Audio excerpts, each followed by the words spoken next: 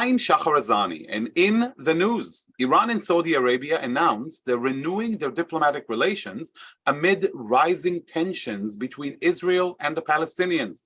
Iran and Saudi Arabia agreed to re-establish diplomatic relations and reopen embassies after years of tensions between the two countries. The deal, struck in Beijing through Chinese negotiation, represents a major diplomatic victory for the Chinese.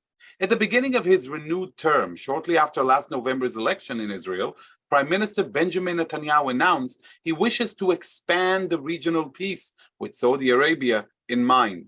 What does this all mean? With us to discuss these important regional developments is the Honorable Jason Greenblatt. Jason Greenblatt served as an assistant to the president and the White House special envoy to the Middle East in the Trump administration. He was one of the chief architects of the Peace to Prosperity plan between Israel and the Palestinians, and was one of the key players in laying the foundation for the Abraham Accords. He is the author of the widely acclaimed book In the Path of Abraham, which chronicles his time at the White House and the Trump administration's work with Israel and the broader Middle East. Jason remains involved working towards peace and prosperity throughout the Middle East region, focusing on creating what he calls a Middle East 2.0 by building economic bridges between Israel and its Arab neighbors. Jason, it's a pleasure to have you with us on JBS. Thank you for joining us. Thank you for having me. I'm delighted to be here. So first of all, allow me to ask you, the Abraham Accords are a significant part of your foreign policy legacy, just like we heard in the introduction. I want to ask you, what is your take on this Iranian-Saudi detente? What's the reason for it? I think what's important for your viewers to pay attention to is this is about Saudi Arabia. It's less about Israel. Of course, it'll affect Israel most likely, but it's very much about Saudi Arabia. We have to understand that Saudi Arabia has this Vision 2030. It has deep plans to completely revitalize and redevelop the country in many ways, in so many different ways than it's been before. I've seen it with my own eyes. It's proceeding very, very strongly.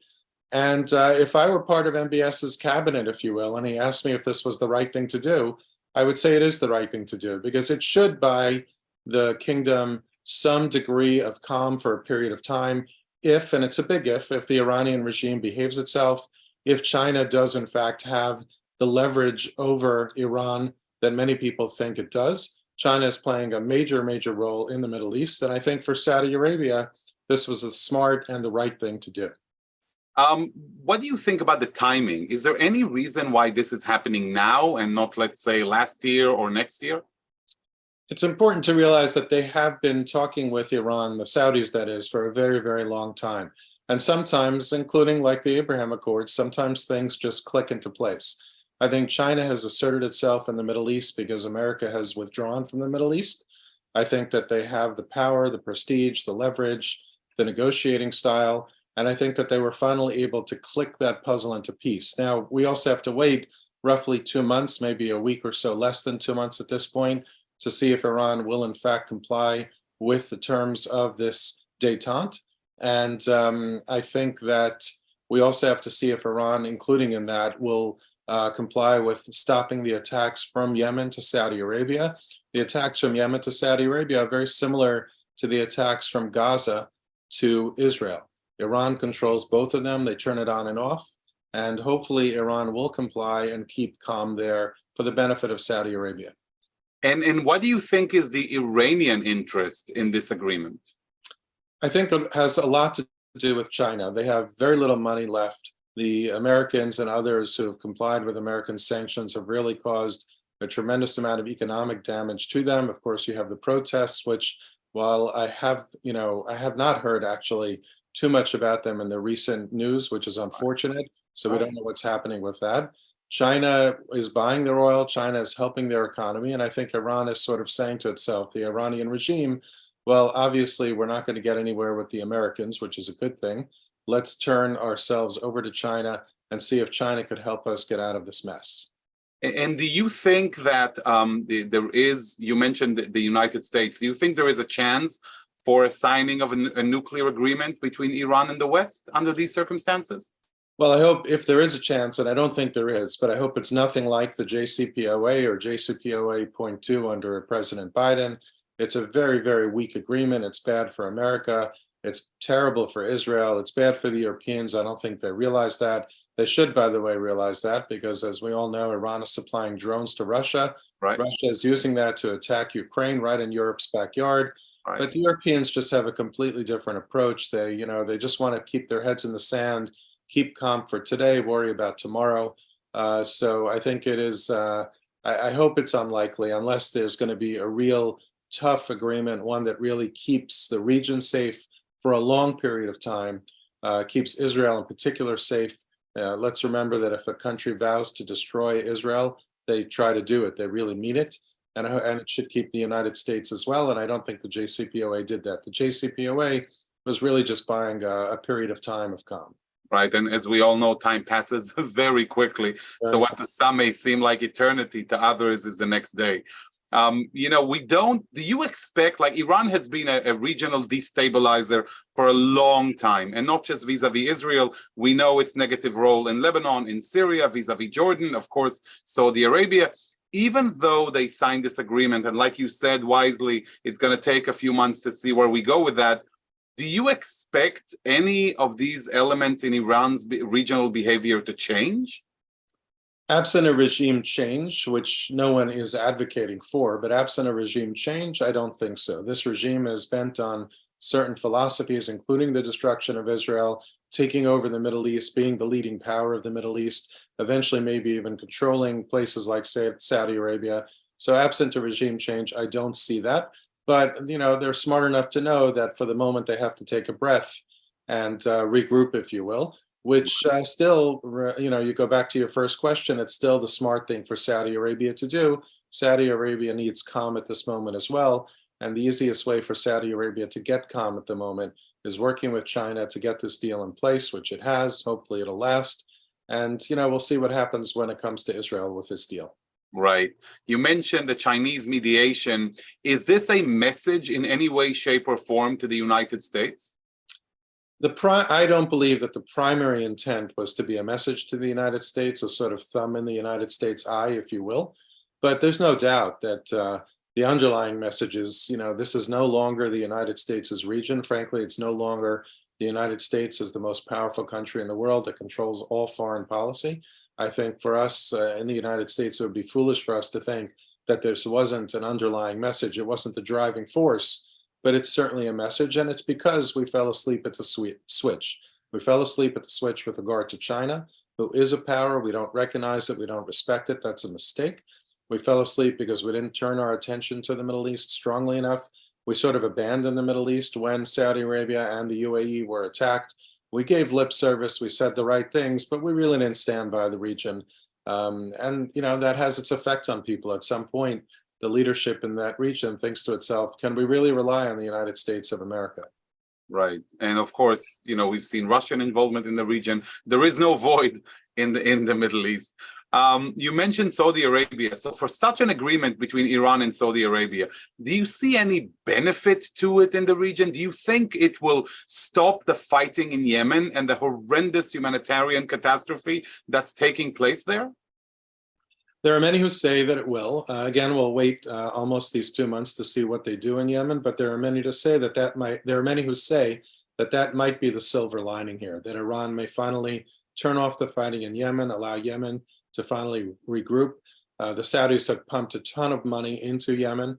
So of all the things that might come out of it from a positive light, besides giving some calm and stability to Saudi Arabia, there is a chance that Yemen will finally be able to breathe a little bit again and start to move in a positive direction. Right, because the Iranians have no problem playing in other people's backyards or, destroying other societies, as we've seen in Lebanon. But I definitely share your hope that hopefully we will see an improvement in that situation.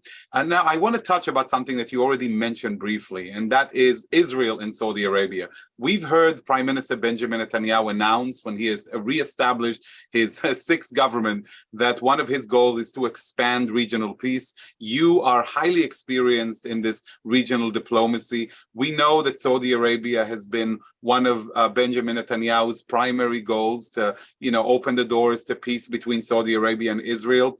How do you see this agreement impacts the chances for an Israeli-Saudi Arabian progress, normalization, peace, whichever way you want to call it?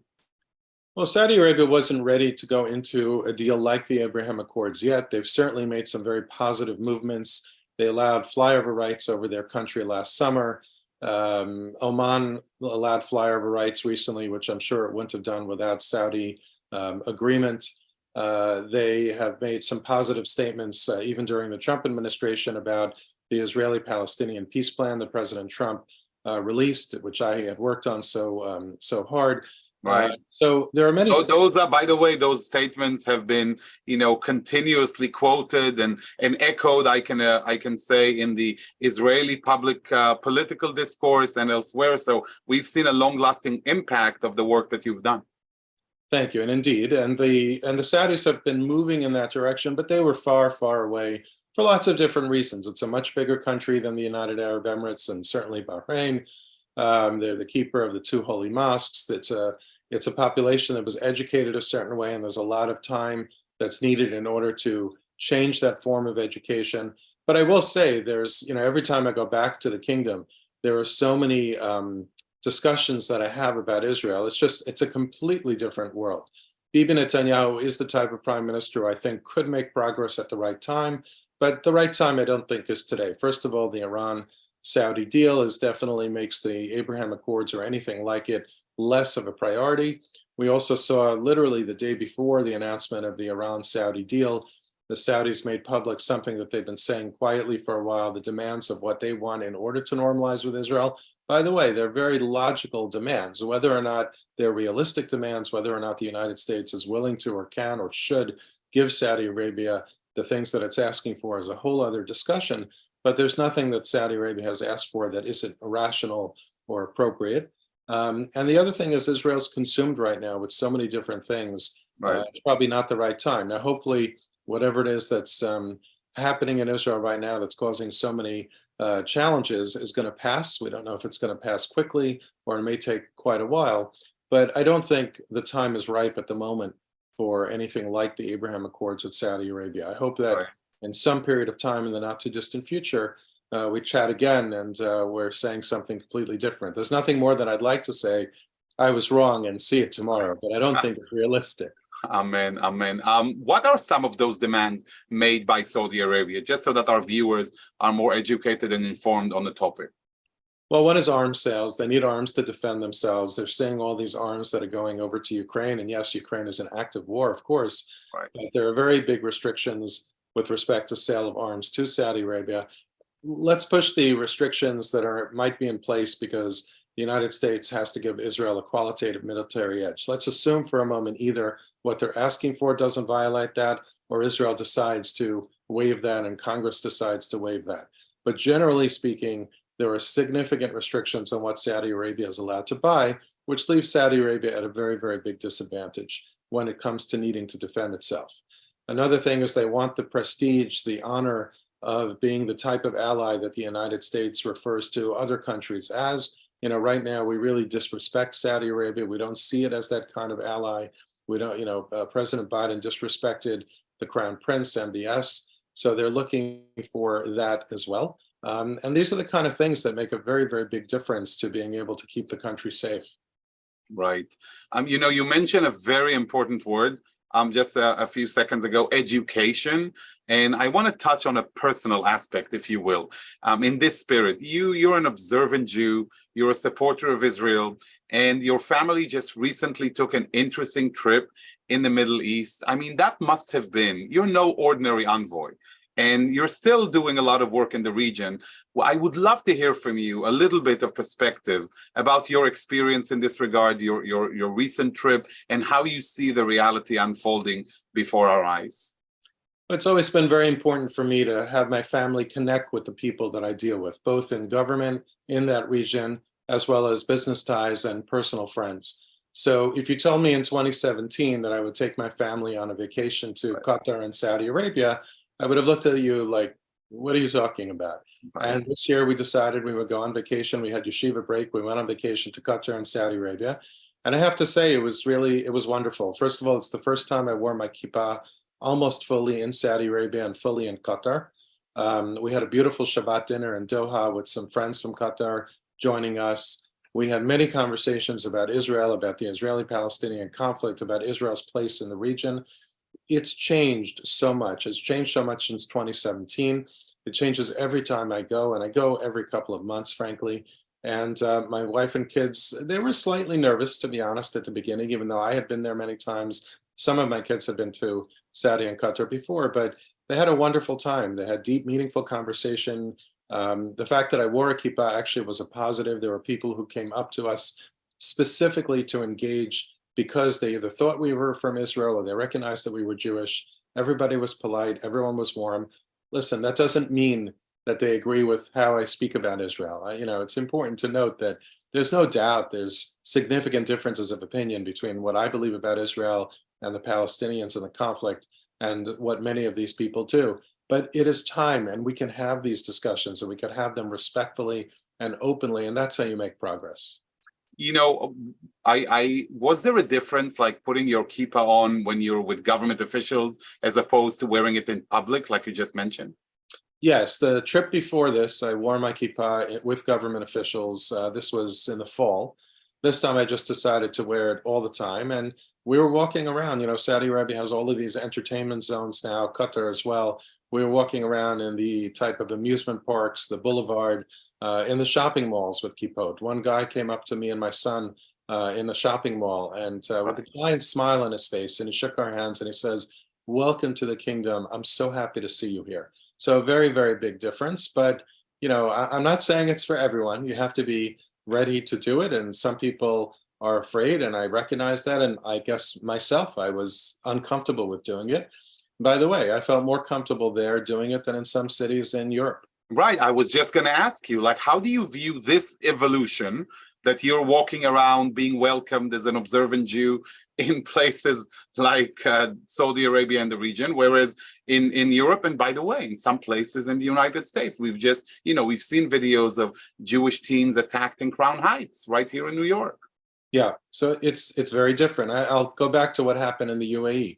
I didn't wear my kippah at the beginning in the UAE, but after the Abraham Accords, I started wearing it, and it was just like a light switch. You'd walk around the Dubai Mall. Many, many people came up to me to welcome me, and now when I wear it in the UAE, I was just there in February. It's not even a thought. I just wear it, and I feel comfortable, and it feels normal. And I wouldn't say that about many cities in Europe. And I haven't reached that point in the United States, but your point is well taken. In Saudi Arabia and Qatar, it's not quite there yet, and it won't be for a while. But certainly I felt comfortable, and it is an evolution. And I think with more time, more education, more conversation, it's going to happen, that more people will do it, and it'll be warm and welcome. I think what's also important is you have to recognize that in Europe, God is less relevant. In fact, sometimes in Europe, God is a bad thing, whereas in countries in the Gulf, God means something. You have observant Muslims, you have non-observant Muslims, you have less observant Muslims, but like the Jews, God means something, and therefore they have a respect for religion, even if it's not their religion. That's a wonderful perspective. You continue to do work in the region to promote peace and understanding through economy and business. Can you share a little bit about what you're doing now at the moment to push the needle forward on regional understanding? So a lot of what I do is connecting Israeli and American companies with countries and companies in the Gulf countries. There's a deep interest in ties, certainly with Israel, and especially America. I think Americans don't quite understand the Gulf the way they should. They're a little bit afraid of the Gulf, and they shouldn't be. There's just so much happening there. I would actually say that it's probably one of the most exciting economies in the world right now. And in doing that, when you meet business people, besides the government, although you have to deal with the government a lot there also, and you could have these discussions about business, you naturally end up getting into personal conversations. It's a much more warm, friendly environment. Therefore, it's a more relaxed environment, which is, again, why I brought my family there. So you could have deep, meaningful conversations about just about everything there. And that's, I think, what helps move the needle forward. And what I like to say to people is, look, we had our time in the White House, and thank God we made tremendous progress. But today, everybody's an informal ambassador. The more you go to countries like this and show them what you're about, what America's about, what Israel's about, what Judaism is about, the more progress we may have. I love it. Everybody's an informal ambassador. So true. If I may, I'd love to tap a little bit into your Israeli-Palestinian experience for a minute. We've seen rising tensions between the IDF in the West Bank. We've seen Hamas playing an active role. We've seen a bloody year, with many Israeli victims of terror attacks and clashes between Israeli security forces and Palestinian terrorists. Can you share a little bit of that experience that you have in the Palestinian arena? How do you see what's happening now and the long-term impact of it? Well, the long-term impact remains bleak.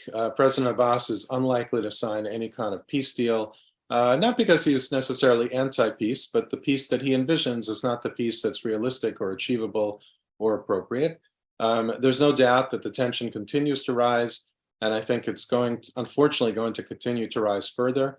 I think Israel has to do what it has to do to defend itself. You know, they're going into these areas because the Palestinian Authority refuses or is simply unable to go into these areas to keep calm, to keep safety. One of the things I tell all of my friends in the Gulf is, do you think these young Israelis want to be going in there? Do you think their commanders and the IDF leadership wants to send them in there? That's the last thing that they want to do. But it's their job to keep the country safe, and this is what they have to do. There are times mistakes happen, that's true. I disagree with President Biden on many things on the Israeli-Palestinian conflict, perhaps most things. One thing I agree with him, which he has said clearly, is this is not the time to work on Israeli-Palestinian peace.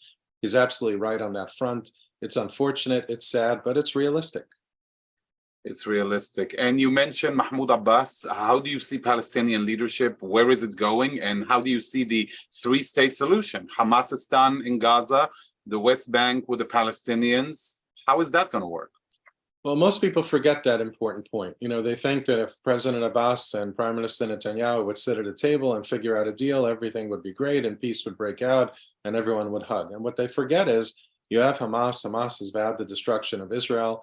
You know, they rule over 2 million Palestinians in Gaza. People think that, or people claim that it's Israel who blockades Gaza. Yes, Israel has, you know, as does Egypt, surrounds Gaza to make sure that things don't go into Gaza, will come back and harm the Israelis and the Egyptians in the case of the Egyptians and smuggling and all that. But until you figure out a way to solve the bitter dispute between Hamas and the Palestinian Authority and Fatah, it's impossible to have peace. So when people talk about Israeli-Palestinian peace, you should ask them, how are you going to make peace between the Palestinians? Only once you do that could you achieve any form of peace with Israel.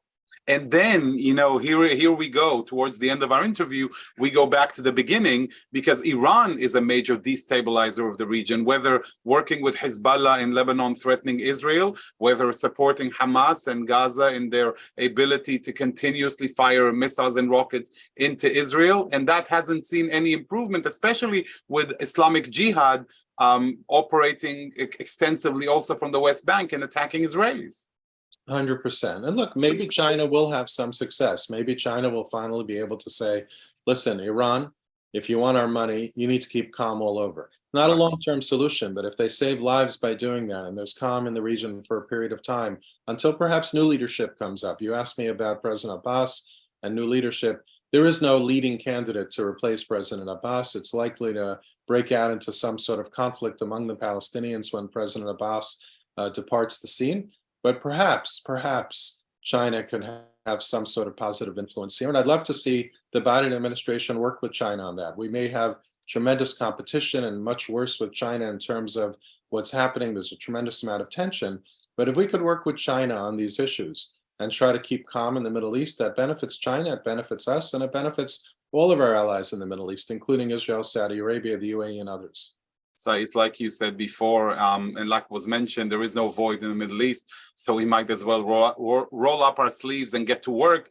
because if we want to have any long-term effect on the region, that needs to be done. And you, Jason, sure have done so in the course of your term as envoy and to this very day, especially with your trip with the family, a manifestation of the prospects of peace and a glimmer of hope in times that are unfortunately marked by controversy and difficulty. So thank you so much for your wise words and long-term work in making this world a better place. And I really appreciate the time you took to join us on JBS. Thank you so much for having me.